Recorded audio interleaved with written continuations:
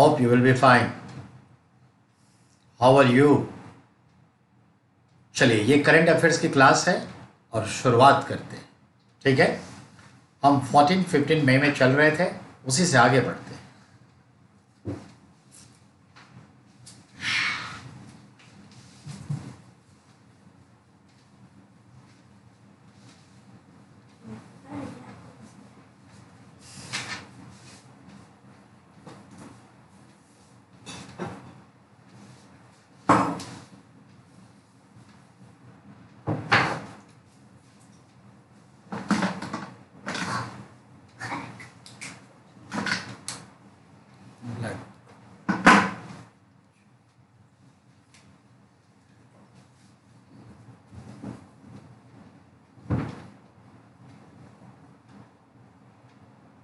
Current affairs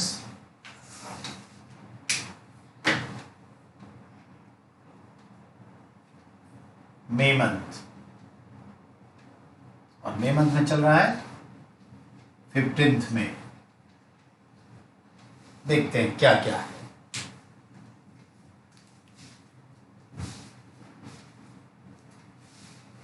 सुनते जाइए. कल हमने पिछली क्लास में आपसे यह कहा था कि ऑर्डर ऑफ सुप्रीम कोर्ट का जो आया था, जज और वकीलों को ब्लैक गाउन कोट पहनना अब नेसेसरी नहीं है ड्यू टू कोरोना. फिर मैंने आपसे कहा था टूर ऑन ड्यूटी के तहत भारत सरकार ये विचार कर रही है कि देश के युवाओं को 3 साल के लिए सेना में सर्विस करनी चाहिए विद सैलरी, तो एक कंपल्सिटी बन जाए ताकि राष्ट्रीयता की पहचान ढंग से हो सके. ये भी ठीक है. उसके बाद हम देखते हैं, स्पोर्ट्स पे हमने बात करनी थी पर हमने की नहीं, तो स्पोर्ट्स के ऊपर बात करता हूं. समझना है, 1 लाइनर सिस्टम है.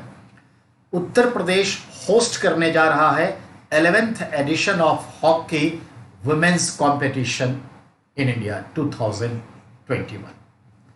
2021 में होने वाला Indian women's hockey cup championship ये उत्तर प्रदेश सरकार होस्ट करेगी 2021 में. महाराष्ट्र क्या होस्ट करेगा? 2021 मेंस नेशनल हॉकी चैंपियनशिप. तो फीमेल का होस्ट करेगा यूपी और मेल का होस्ट करेगा महाराष्ट्र. मां से महाराष्ट्र, मां से मेल. ठीक है, अब आइए. फिर आता है Haryana. Haryana will host men's women both junior and sub junior men's championship. कहने का मतलब क्या है? तो जूनियर और सब जूनियर का मेंस विमेंस का जो हॉकी का मैच है वो हरियाणा होस्ट करेगी. झारखंड क्या करेगा? तो विमेंस जूनियर सब जूनियर्स हॉकी चैंपियनशिप. तो यह रखिएगा. अब आते हैं न्यूज़ केरल के ऊपर. बहुत ही अच्छा न्यूज़ है, इस बार आने के पूरे चांस हैं, तो सुनिए गौर से. बैंक रिलेटेड भी ये क्वेश्चन आएगा, जीके के पर्पज से, करंट के पर्पज से और हर एग्जाम. आजकल कोविड के ऊपर बहुत सारे थीम सॉन्ग्स चल रहे हैं, डांस चल रहे हैं. अभी हमने कहा था ना, गुजर जाएगा वक्त ही तो है, 80 से ज़्यादा कलाकार, डायलॉग अमिताभ बच्चन, ये गीत गाया गया. तो याद रखिएगा, ठीक उसी पैटर्न पे डांस. तो एक डांस है कोविड-19 डांस, जरा गौर से सुनिए. केरल के कोझिकोड में कोविड-19 थीम्ड पर एक डांस को ऑनलाइन पर रिलीज किया गया है. इसमें Bharatanatyam, Italian dancer, not Italian sorry French, Bharatanatyam French girl dancer that live in Kozhikode Kerala. नाम बहुत भी अच्छा है, पेरिस लक्ष्मी. तो पेरिस लक्ष्मी नाम की फ्रांस की एक डांसर है जो भरतनाट्यम डांसर है, केरल के कोझिकोड डिस्ट्रिक्ट में रहती है. उसने एक डांस परफॉर्म किया कोविड-19 के थीम पर भरतनाट्यम की शैली में. और ये एक्ट्रेस भी है, मलयालम पिक्चर की वो एक्ट्रेस भी हैं और भरतनाट्यम डांसर भी हैं. फ्रेंच ओरिजिन है, केरल में रहती है.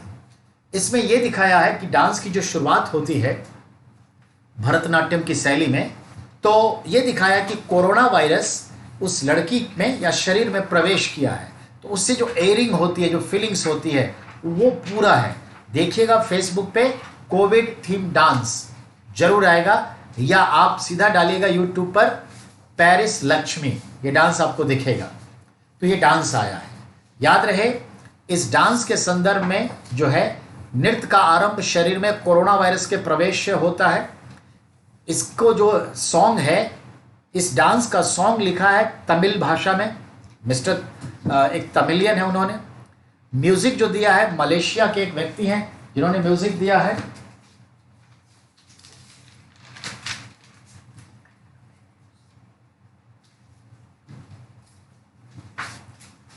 म्यूजिक दिया है। फिर आगे आइए, जो इसके ऊपर म्यूजिक दिया है वोकलिस्ट हैं और sung by Karnataka vocal singer.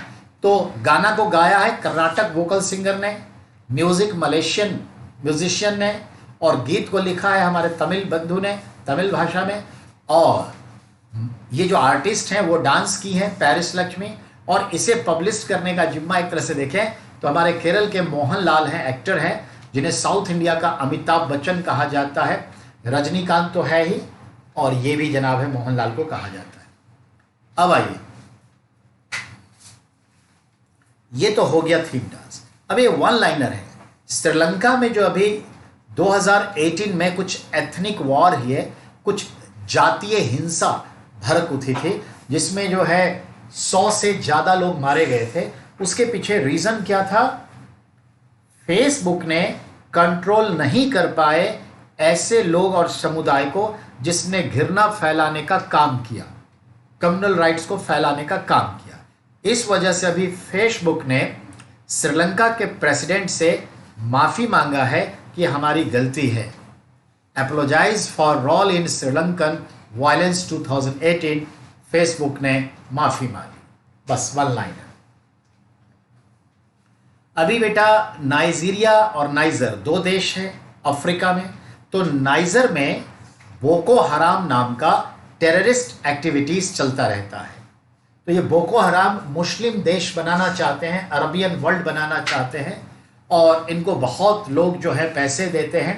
खुद सऊदी अरबिया से लेकर के ऐसे बहुत सारे हैं अरब वर्ल्ड वाले जो पैसा देते हैं, क्योंकि अफ्रीका में क्रिश्चियन भी बहुत आगे बढ़ के हैं कि मैक्सिमम लोग क्रिश्चियनिटी में आ जाए, तो ये लोग सोच रहे हैं मुस्लिम बन जाए। तो एक बड़ा वॉर सिस्टम है वहाँ, जो इंटरनली सिचुएशन देखिएगा। तो बोको हराम जो मुस्लिम कम्युनिटी है, जो इस्लाम को पूरे अफ्रीका में लागू करना चाहते हैं, उसके 75 मिलिटेंट्स को गोली से उड़ा दिया गया है नाइजर में। तो नाइजर में ये हुआ है, और चूंकि एक दो नहीं 75 टेररिस्ट मारे गए हैं, तो सवाल बना सकता है। अब आते हैं 15 मई के ऊपर। 15 मई में ही चलिए तो देखते हैं Indian railway regular train operation, ठीक है, 30 जून तक बंद कर दिया। तो रेलवे ने एक सूचना दी कि 30 जून तक रेगुलर ट्रेन नहीं चलेगी। ये एक आपका एक क्वेश्चन हो गया। लेकिन इस बीच जो है श्रमिक स्पेशल वो ट्रेनें चलेंगी, और राजधानी एसी ट्रेन चलेगी, जिसको जाना है जा सकते हैं। तो रेगुलर ट्रेन नहीं है ये। अब आइए, अब तक 15 तारीख के हिसाब से देखें तो कोरोना से जितने भी डेथ भारत में हुआ है, 6 स्टेट में ही 88% डेथ हुआ है। वो 6 स्टेट है महाराष्ट्र, गुजरात, तमिलनाडु, दिल्ली, राजस्थान, मध्य प्रदेश। जरा गौर फरमाइए नक्शे में, जब आप कह रहे हैं महाराष्ट्र तो उसी से जुड़ जाता है मध्य प्रदेश, उसी से जुड़ता है गुजरात, उसी से जुड़ता है राजस्थान, और राजस्थान से ही जुड़ जाएगा आगे चल करके दिल्ली, और एक साउथ में चले जाइए तमिलनाडु। तो ये राज्य हैं जहां पर 88% death of corona patient death यहीं पे हुआ है। अब आइए, लेबर एक्ट में कुछ स्टेट ने बदलाव किया। उत्तर प्रदेश की सरकार, गुजरात की सरकार और मध्य प्रदेश की सरकार ने लेबर एक्ट में थोड़ा सा चेंज करके, थोड़ा लेबर को प्रेशराइज करने की कोशिश करके, ताकि वो अपने ही क्षेत्र में जो है लोगों को रोक सके, फैक्ट्री सिस्टम सब चल पड़े, लोग भागे नहीं, अपने घर ना जाए। सही बात है, नाच ना आवे आंगन टेढ़ा। आपने इन मजदूरों को, इन प्रवासियों को ढंग से संभाला नहीं, और जब ये अपने घर लौटने को विवश हो गए, तो अब आप ऐसा लेबर एक्ट बना करके इसे रोकने की कोशिश कर रहे हैं। तो ये एक तरह से दादागिरी है, ज्यादती है और ये पावर का मिसयूज है, और कहीं ना कहीं से लेबर एक्ट का जो वेलफेयर सिस्टम है वो डैमेज होता है। इसीलिए करीब 50 कम्युनिस्ट लीडर ऑफ इंडिया ने एक पत्र लिखा इंटरनेशनल लेबर ऑर्गेनाइजेशन को कि you have to pressurise the central government and state government of India so that can not change the labour act. ये ऐसा हुआ है और एक बड़ा इशू बना है, और द हिंदू में एक बड़े बड़े कॉलम 4-5 दिन तक लिखे गए हैं। तो वाकई में मैं भी इसके पक्ष में हूँ कि हमारे इन श्रमिक बंधुओं के साथ अन्याय ना हो, उनके वेलफेयर कहीं भी बाधित ना हो। तो ये चीज़ है। नेक्स्ट पर आते हैं, one nation one ration card. इस योजना को 2019 में कहा गया कि हम लोग 2020 के 1 जून से पूरे राष्ट्र में, एक राष्ट्र है तो एक ही राशन कार्ड हो, यानी एक व्यक्ति एक राशन कार्ड बनाया और वो भारत में जब कभी जहां भी है वो राशन ले सकता है जिस लोकेलिटीज में है, यानी कि कंप्यूटराइजेशन कर दिया गया इसका ये। तो इसे 1 जून से लागू करना था। लगभग 15-16 स्टेट रेडी हैं और जुलाई अगस्त में 5-6 स्टेट और अटैच हो रहे हैं। 3-4 स्टेट समय के साथ जुड़ जाएंगे। लेकिन आ गया क्या, कोविड-19 आ गए। अब ये कोविड भैया बीच में जब आ गए तो ध्यान में रखिएगा, ये कोविड की वजह से 1 जून से one nation one ration card नहीं लागू हो रहा है। अब इसकी सीमा को बढ़ा के अगस्त कर दिया है। So it is possibility to one nation one ration card going to be began since August 2020। ठीक है, तो ध्यान रखें। By the way, as a pilot project, one nation, one ration card is going on in some state, and minimum 2 to 3 crores people enjoying this.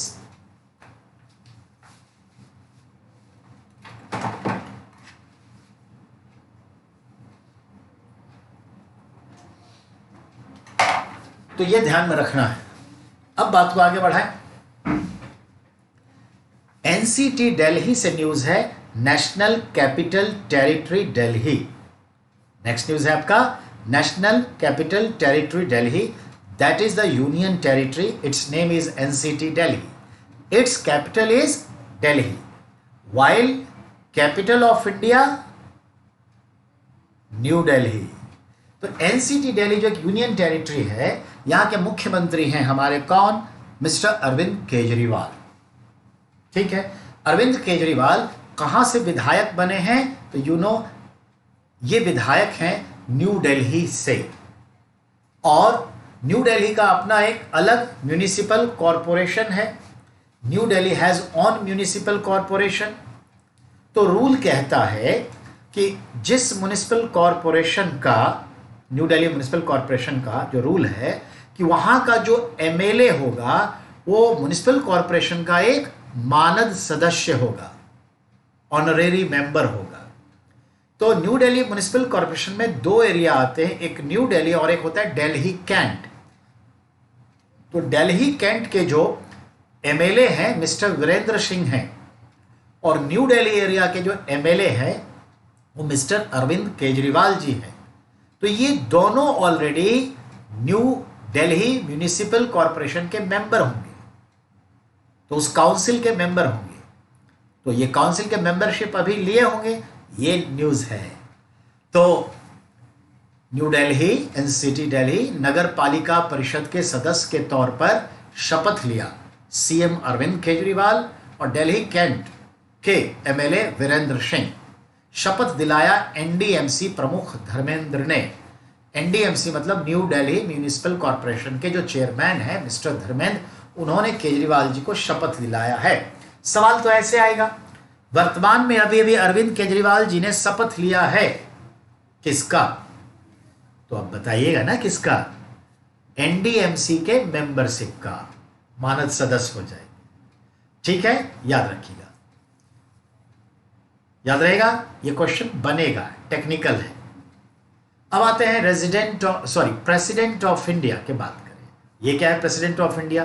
तो गौर फरमाइए, भारत सरकार के संदर्भ में ध्यान देके देखें तो हमारे प्रधानमंत्री जी ने मार्च महीने के आखिरी में या अप्रैल फर्स्ट वीक में ये डिक्लेयर किया कि हमारे जो पार्लियामेंट है उसके जो सांसद गण हैं लगभग 750 राज्यसभा लोकसभा मिला करके, वो तमाम सांसदगण अगले 2 वर्ष के लिए अपने वेतन में 30% की कटौती कर रहे हैं, ताकि ये पैसे कोविड से लड़ने के लिए इस्तेमाल किया जा सके। कई स्टेट ने भी किए हैं, बिहार ने वगैरह ने।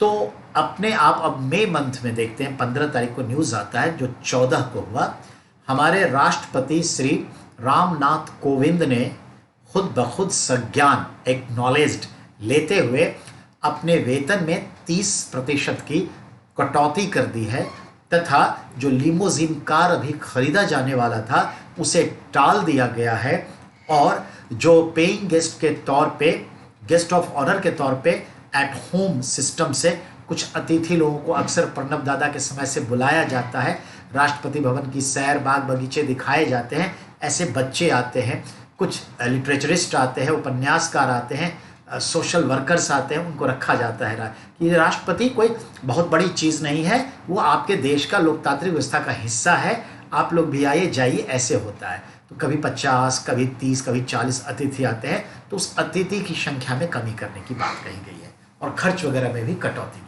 तो ये राष्ट्रपति खुद संज्ञान लेते हुए किया है। This is the one of the prominent question.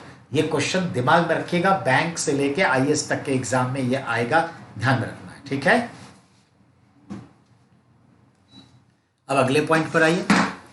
अभी आपने देखा होगा कि भारत सरकार ने थोड़ी निंदा की है। किसकी? तो भारत सरकार ने निंदा की है, हमने निंदा की है पाकिस्तान की। क्यों? तो जरा गौर से सुनिए तो सही।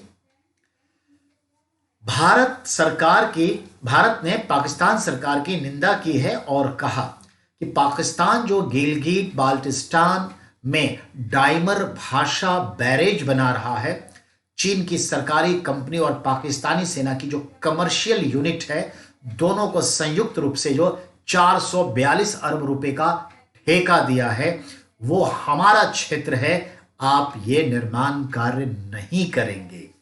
समझ में आई बात? गौर फरमाइएगा। हम लोग के बिहार में दरभंगा में एक कहावत है, घाव कत्ता पौ कत्ता। देखिए बेटा, साइंटिफिक, कमर से ऊपर अगर शरीर में कहीं भी वुंड, घाव डेवलप हो जाए तो उसकी गिल्टी यहां पे होती है, इस जगह पे गिल्टी होती है, ठीक है, गिल्ट बन जाता है। और कमर से नीचे कहीं भी घाव होगा तो इस जगह पे जॉइंट प्लेस ऑफ वेस्ट और थाई के बीच में गिल्ट डेवलप हो जाता है। तो घाव कहीं है, मान लीजिए घाव यहां है, गिल्ट यहां हो गया, तो देखना ये समस्या यहां दिखाता है, इंडिकेशन यहां होता है। तो घाव कहीं, गिल्ट कहीं, ये कहावत है। तो ये जो चीन का जो आप देख रहे हैं, लद्दाख पे, नाकोला पे, पैंगोंग लेक के पास जो डटा हुआ है, उन सब के पीछे ये सब समस्या है। अब समझा? क्योंकि हम अब एग्रेसिवनेस ले आए हैं, कांग्रेस की सरकार तो अब है नहीं, ये राष्ट्रवाद पर ही वोट बैंक बनाती है बीजेपी, तो वो राष्ट्रवाद को नहीं छोड़ सकती। सरकार चले जाएगी पर राष्ट्रवाद वो नहीं छोड़ेगी, नेचर है वो, याद रखिएगा। पाक ऑक्युपाइड जम्मू कश्मीर के बाल्टिस्तान और गिलगिट क्षेत्र में एक डाइमर भाषा बांध बन रहा है नदी पर, गिलगित नदी पर, जिसमें 482 अरब रुपए का कॉन्ट्रैक्ट निर्माण के लिए चीन की एक कंपनी और पाकिस्तानी सेना की जो कमर्शियल विंग है उसको मिला है ज्वाइंट। तो दोनों तो ऐसे ही हैं, एक ही थाली के चट्टे बट्टे। और हमने कहा रोको इसे, क्योंकि जो कॉरिडोर बना दिया उन्होंने, उस पर कई बार हमने कहा अब ये बना रहे हैं तो रोकने के लिए कहा है। तो इन सब का बहुत सारा प्रॉब्लम अभी सामने आएगा। युद्ध तो होगा नहीं, मैंने पहले ही कहा है, युद्ध नहीं हो सकता। चलिए अब आगे बात करते हैं। तो एक पॉइंट ये हो गया आपका, तो ये है। अगले पॉइंट पर आते हैं।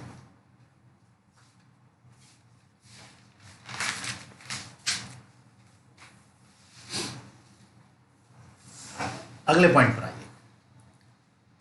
जापान में टोक्यो यूनिवर्सिटी के कुछ ऑटोमोबाइल इंजीनियर्स ने बहुत प्यारा पोर्टेबल इलेक्ट्रिकल बाइक बनाया है।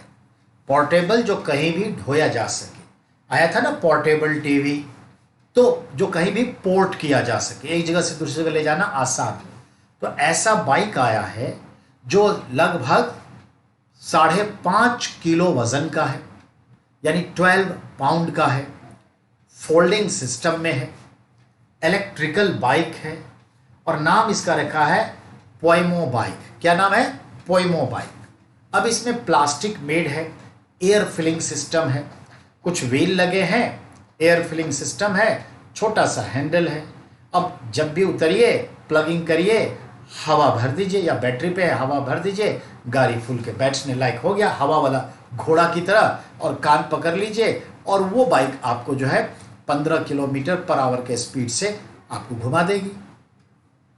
तो ये है, 60 किलोमीटर तक चल जाएगी, चार्ज करने की जरूरत नहीं पड़ेगी। तो ये पोमो बाइक लेके आया है। चलिए आगे देखते हैं। स्पेस की बात करें तो ध्यान दें, आपको मालूम है 5 मई को चाइना ने अपना शटल का प्रोटोटाइप जो है टेस्ट किया था, जिसको लॉन्ग मार्च 5B रॉकेट कहते हैं, उसे लॉन्च किया, जो एक्चुअली प्रोटोटाइप शटल था, ताकि भविष्य में जो अंतरिक्ष में अपने व्यक्ति को भेजेगा उसके लिए चेक करना था। जो 16 फीट चौड़ा है और लगभग 100 फीट लंबा है। 20 टन वजनी ये रॉकेट था, जिसकी लॉन्चिंग उसने साउथ चाइना से की और लॉन्चिंग किया, ठीक है, लेकिन लगभग वो 1800 फीट ऊपर जाने के बाद ये फेल हो गया और वो फिर इम्बैलेंस होके गिरा।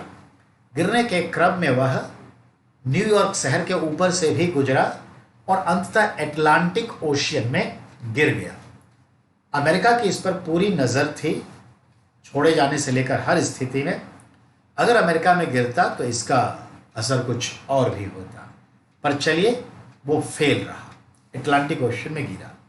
चलिए अब हम जो बात करते हैं, ध्यान दें, क्या इस तरह की घटना पहले हुई? तो हाँ, अमेरिकी सेना इस पर नज़र रखी हुई थी। ऐसा ही 1979 में अमेरिका का एक स्पेस स्टेशन था, स्काई लैब।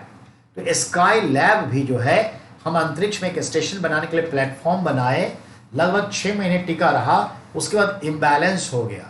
और जनरली हमारा जो स्पेस स्टेशन है 420 किलोमीटर हाइट पर है, यानी हमारे एटमॉस्फेयर में ही है, ग्रेविटी वहाँ कम हो जाती है। तो वो गिर गया, वो भी प्रशांत महासागर में गिरा। 1991 में रशिया का एक ऐसा ही इंटरनेशनल स्पेस स्टेशन था, जिसका नाम था सोल्यूज 7। सोल्यूज भी डिस्टर्ब होकर के धरती पर गिरा था। तो ये याद रखिएगा, 2 इंटरनेशनल स्पेस स्टेशन कह लीजिए गिर चुका है, तीसरा अभी टिका हुआ है 10 सालों से, 15 सालों से। साइंस की बात करें तो साइंस में एक डेवलपमेंट ये हुआ है कि स्पीडेस्ट कैमरा अभी अभी बनाया गया है, जो पर सेकेंड वो 70 खरब फोटो खींच लेता है। कितने? 70 खरब फोटो खींचता है। ये खींचता कैसे है? तो पहले 10 खरब तक फोटो खींचा जा सकता था, अब जो है 70 खरब।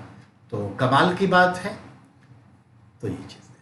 अब आते हैं, जबकि एक सिंपल कैमरा पर सेकेंड 30 फोटोज ले लेता है, ठीक है। अब आइए, 20 लाख करोड़ रुपए का जो पैकेज मिस्टर प्रधानमंत्री ने हम लोगों को 12 तारीख को आके बताए थे, जो 13 के अखबार में आया, तो उसके बाद आपको मालूम है 14 तारीख को Nirmala Sitharaman as a finance minister आई और 3,70,000 करोड़ के पैकेज की घोषणा करके गई। 6 लाख करोड़ के पैकेज की घोषणा की। फिर उसके बाद अगले दिन ऐसे 4 दिन लगातार आएंगे। तो 14 को हो गया। 15 तारीख को निर्मला सीतारमन ने 20 लाख करोड़ के आत्मनिर्भर भारत अभियान के पैकेज के तहत 3.16 लाख करोड़ रुपए की दूसरी घोषणा की। किसान और मजदूरों को यहां ओरिएंट किया गया। किसानों के पुराने कर्ज 3 माह के लिए मोराटोरियम दे दिया गया। जरा गौर फरमाएंगे, फिनेंस मिनिस्टर के सेकेंड स्टेज की घोषणा जो 3,16 करोड़ रुपीस के लिए है, उसमें क्या हुआ? ये किसानों के लिए और मजदूरों के लिए फोकस्ड था। दूसरा, किसानों के जो पुराने कर्ज थे उसको 3 महीने के लिए मोराटोरियम में डाल दिया गया, पाउज कर दिया गया, नो नीड टू पे। फिर है 2.5 लाख करोड़ रुपीस किसान को क्रेडिट कार्ड के जरिए सस्ता लोन देने के लिए कैपिटल दी गई है।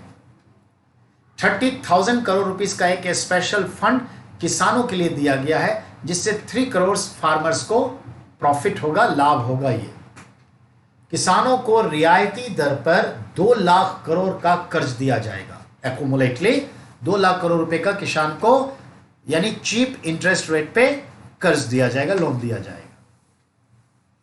अब है रेहड़ी वालों को 10,000 रुपए की स्पेशल क्रेडिट सुविधा मिलेगी। जो हमारे रेहड़ी खमोचे वाले लोग हैं, जो पटरियों पर खुला दुकान लगाते हैं, उनका भी बड़ा नुकसान हुआ है, तो उनको 10,000 रुपए तक का लोन दिया जाएगा। ये ध्यान रखेंगे। जो लोग डिजिटल पेमेंट के थ्रू काम करेंगे डिजिटल पेमेंट सिस्टम में, उनके लिए एक इनाम की भी घोषणा है कि कुछ को इनाम भी मिले, ताकि डिजिटल पेमेंट लोग ज्यादा से ज्यादा करें। मुद्रा बैंक से शिशु कर्ज लेने वाले अगर समय पर अपना कर्ज चुका देते हैं तो उसके ब्याज में जो प्रतिशत है 2% छूट मिल जाएगी। If anyone taking the loan from मुद्रा बैंक अंडर शिशु प्लान 50,000 तक के लिए होता है, ठीक है। तो अगर उसने टाइम पर लोन पे कर दिया तो उसे 2% का ब्याज में छूट मिलेगा। सपोज कि 11% मुद्रा बैंक लोन देती है तो 9% देना पड़ेगा इंटरेस्ट। प्रत्येक राशन कार्ड पर 5 किलो अनाज, 1 किलो दाल 3 महीने तक भारत सरकार की तरफ से मुफ्त दिया जाएगा। जो कार्ड होल्डर है, जो नहीं भी है उनको भी दिया जाएगा पहचान करके। रात में जो महिलाएं काम करती हैं फैक्ट्री में, रियल एस्टेट में, कहीं भी, तो उन महिलाओं को सेफ्टी गार्ड के तौर पर कुछ लोग होंगे जो महिलाओं को सेफ्टी गार्ड देगा, यानी कि सेफ्टी प्रोवाइड करेगा। ऐसे गार्ड्स होंगे तो महिलाएं खुल करके जो है रात में अपना जो भी जिंदगी जीने के लिए रियल एस्टेट में कार्य करती है, ओवर टाइम करती हैं, काम कर कॉल सेंटर में काम करते हैं, तो उन महिलाओं के लिए सेफ गार्ड की व्यवस्था की गई है।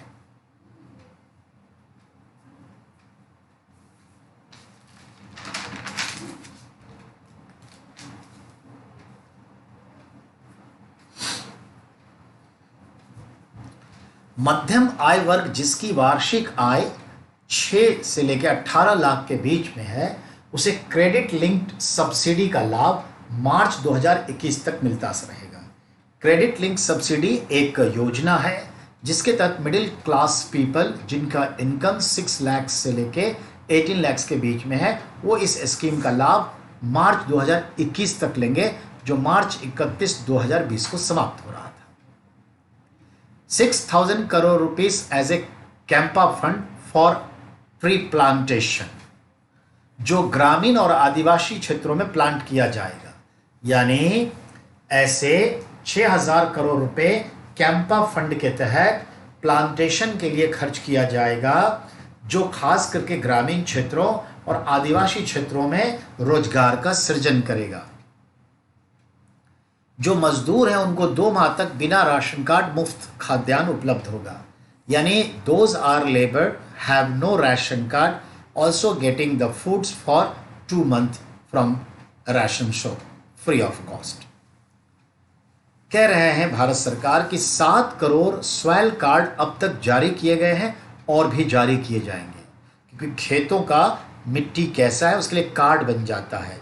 मिट्टी बलुई है, रेतीली है, हरी है, पीली है, इस मिट्टी में चूना है, पत्थर है, जिप्सम है, पोटेस है, फास्फोरस है, नाइट्रोजन है, कितना है और किस तरह के इसे फर्टिलाइजर्स की ज़रूरत है, ये पूरा जो है जानकारी लिख के उसको एक कार्ड बना देते हैं। That's called swell card. तो स्वैल कार्ड जो है ये चीज़ है स्वैल। तो याद रखिएगा अभी तक कितने 7 करोड़ स्वैल कार्ड इशू हो चुके हैं। लॉकडाउन से किसानों का लगभग 1.5 लाख करोड़ का नुकसान हुआ है, जबकि 5 लाख करोड़ रुपए का पैकेज विशेषज्ञों के अनुसार चाहिए, तभी रिवाइव करेंगे। चलिए, नीति आयोग के अनुसार किसानों का वार्षिक आय 20,000 से भी कम है। NITI Aayog, that is called the think tank of India, Rajiv Kumar the deputy chairman is clear cut saying कि भारत में किसी भी किसान का जो एवरेज एनुअल इनकम है वो 20,000 है साल का, यानी लगभग 1,500 रुपया महीना उनका इनकम है। बताइए गरीबी रेखा में आ गए या नहीं आ गए? ये रियलिटी है।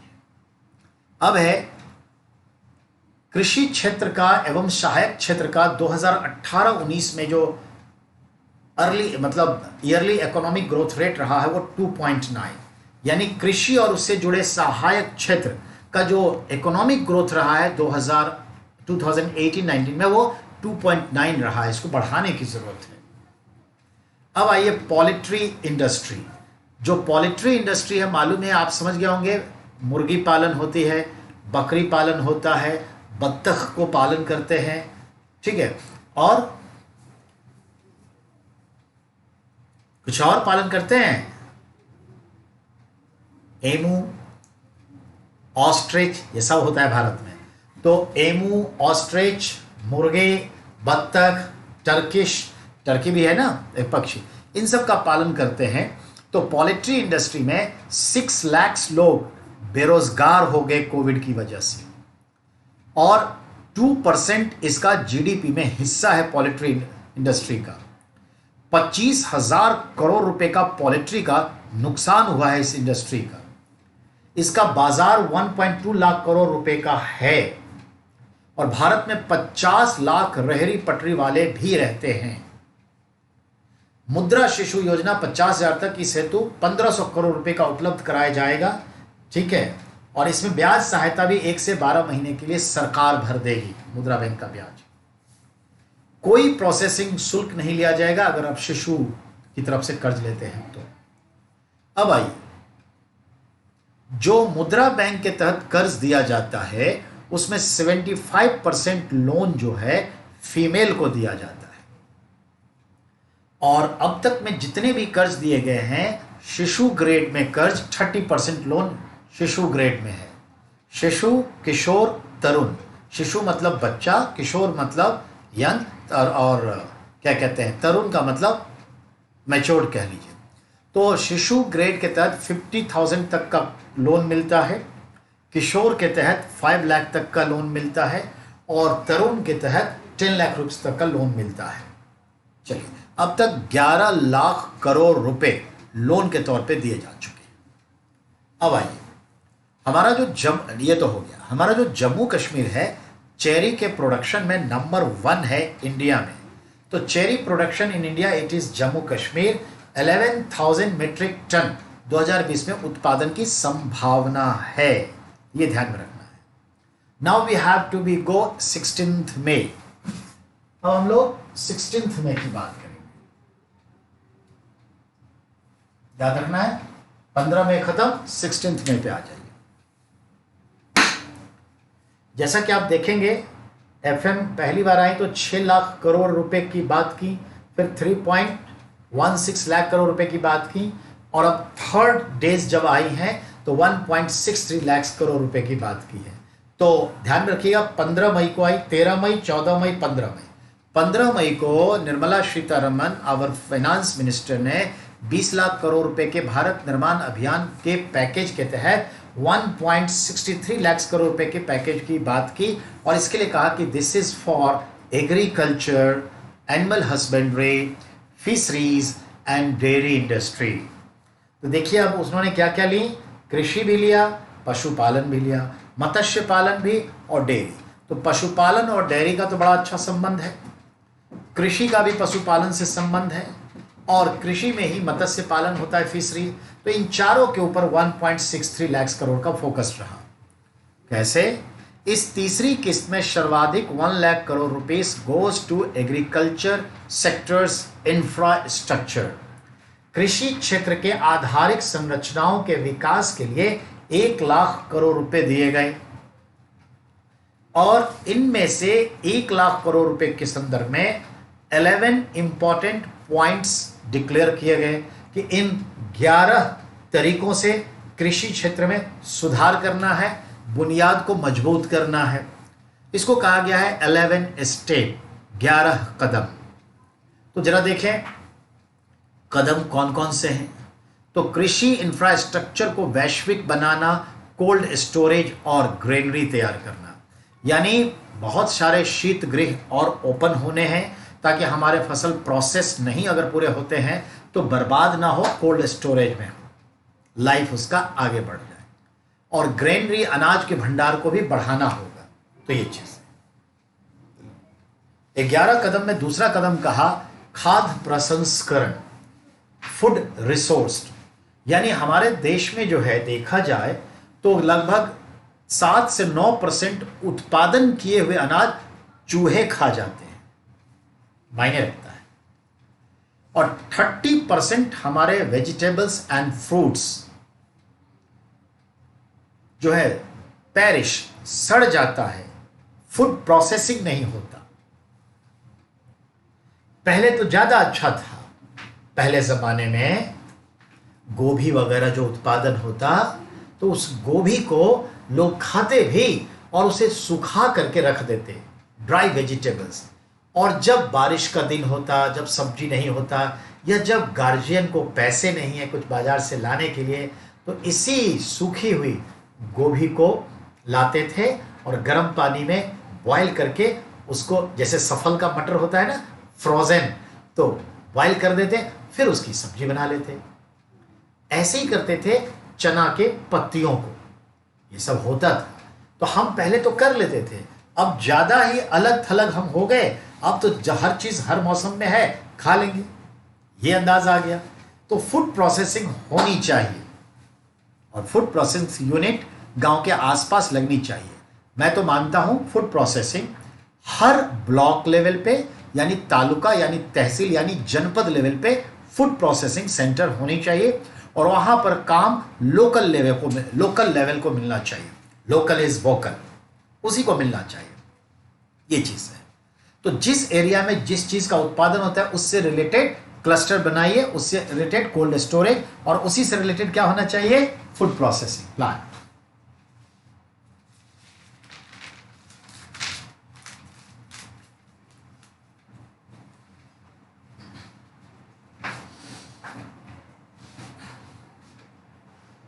ठीक है,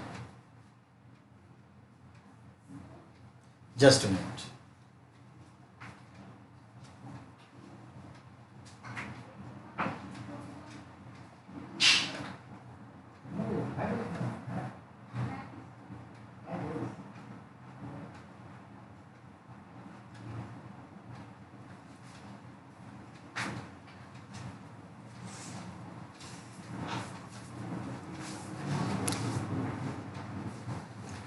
सो एज यू नो दैट, फिर क्लस्टर प्रोग्राम के तहत जो चीजें जहां उत्पादन होता है उसके संदर्भ में वहां पे उसी चीज का उत्पादन हो, क्लस्टर बने, कोल्ड स्टोरेज बने, फूड प्रोसेसिंग वहां पर बने, वहां पे लोकल मार्केट बने, ई सिस्टम का, मार्केट का ई सिस्टम हो, ऑनलाइन मार्केट से सारा काम हो, हर सुविधाएं उसको वहां मिले। तो क्लस्टर प्रोग्राम के तहत सोचा गया कि उत्तर प्रदेश आम के लिए, तो उत्तर प्रदेश को मैंगो क्लस्टर, बिहार में मखाना, तो मखाना वाटरनट जिसको कहते हैं मखाना क्लस्टर, जम्मू कश्मीर में केसर है, चेरी है, अखरोट है, तो उससे रिलेटेड क्लस्टर। अब उसी तरह से नॉर्थ स्टेट में बैम्बू, बांस का है तो बांस का क्लस्टर। आंध्र प्रदेश के जो है खम्माम डिस्ट्रिक्ट से लेके आगे तक वो चिली क्लस्टर बन जाए। तो ये चीज है। तीसरा जो जोड़ दिया है फिशिंग पे, समुद्री और जमीनी यानी इनलैंड फिशिंग के ऊपर जो है 11,000 और 9,000 रुपए का खर्च करने का प्रावधान है। तो सी फिशिंग पर 11,000 करोड़ रुपीस, इनलैंड फिशिंग पर 9,000 करोड़ रुपीस खर्च करने का प्रावधान है। इसमें आधुनिक तकनीकी का सहारा लिया जाएगा। यह 50 लाख लोगों को रोजगार देता है फिशिंग। चौथा जो कदम है वो चौथा कदम है पशुपालन इंफ्रास्ट्रक्चर के लिए 15,000 करोड़ रुपए, यानी एनिमल हस्बेंड्री में इंफ्रास्ट्रक्चर को स्ट्रेंथेन करने के लिए 15,000 करोड़ रुपए का प्रावधान किया गया है। पांचवा जो है हर्बल कल्टीवेशन को आगे बढ़ाएगा। 4,000 crore rupees granted to for herbal cultivation. In that respect अगले 2 वर्षों में 10 लाख हेक्टेयर यानी लगभग 25 लाख बीघा में जमीन पर हर्बल खेती होगी, औषधीय पौधों की खेती होगी। इससे 5,000 करोड़ रुपए का इनकम होगा। तो ये चीज है। छठे कदम कहता है कि पशुओं का टीकाकरण। भारत में 53 करोड़ पशुधन है, तो अभी तक सिर्फ 20-25 करोड़ को हुआ है, बाकी सभी पशुओं को, और जो आते जाते मरते जाते तो नंबर बनता रहता है, को टीकाकरण होना जरूरी है ताकि बीमारी से मुक्त हो, तो उसके जो प्रोडक्ट भी होंगे हाइजीनिक और स्वस्थ होंगे। ये चीजें अब है मधुमक्खी पालकों के लिए 500 करोड़ रुपए रखे गए हनी बी फार्मिंग के लिए। टॉप का जो ऑपरेशन टॉप था, जिसमें TOP T for tomato, O for onion, P for potato, उस टॉप को और बढ़ा दिया और नाम दे दिया टॉप 2 टोटल। अब इसमें टॉप के अलावे जोड़ दिया फ्रूट्स एंड वेजिटेबल। तो onion, tomato, potato, fruits and vegetables के लिए एक फंडिंग कर दी गई है और इसके लिए 500 करोड़ रुपए का फंड किया गया है। इतना ही नहीं, जो फल और सब्जियां आप माल भाड़े के तौर पर कोल्ड स्टोरेज तक पहुंचाते हैं, तो जो रेंट लगता है, जो किराया लगता है, उसका 50% सरकार आपको सब्सिडी देगी। तो वो जनरली आप जाइएगा कोल्ड स्टोरेज पे तो वहीं दे देगा, सरकार से वो ले लेगा, जनरली यही हुआ, ठीक है, तो सब्सिडी देगी। दूसरा और क्या, कोल्ड स्टोरेज में जो रखेंगे तो उसके जो चार्जेस होंगे उसका 50% का सब्सिडी देगी। तो ये चीजें हैं। तो अब तो मैंने अभी तक यहीं तक आए, तो फल और सब्जियों हेतु माल भाड़े का सब्सिडी हो गया। चलिए अब आगे बात करेंगे हम। सब्सिडी अभी और भी है, संभव नहीं है कि अभी हो जाए, तो स्टॉप करिए। Tomorrow we will talk again. Thank you.